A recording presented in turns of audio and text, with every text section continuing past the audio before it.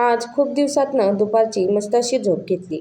नंतर उठलो आणि चहा करायला घेतला. पण तिथे मध्येच आमच्या काव्याला लुडबुड करायची असते. तिला चहा ठेवायला त्यात चहा पावडर, साखर टाकायला खूप आवडतं. मग काय ती बसली किचनवर, चहा केला. म्हटलं चहा उकळतोय तोपर्यंत बाकीची कामं आवरावीत. कारण आज वाटाण्याची शेंगा सकाळी घेतल्या होत्या, त्या पण सोलायच्या राहिल्या होत्या झोपेच्या नादात.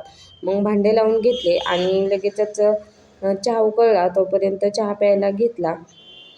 भांडे दुपारीच घासले असल्यामुळं काय ते फक्त लावायचेच होते आणि घरात झाडू मारायचा होता. म्हटलं आधी शेंगा सोलून घ्यावाव्यात आणि नंतर झाडू मारावा, म्हणजे कचरा सगळा निघून जाईल.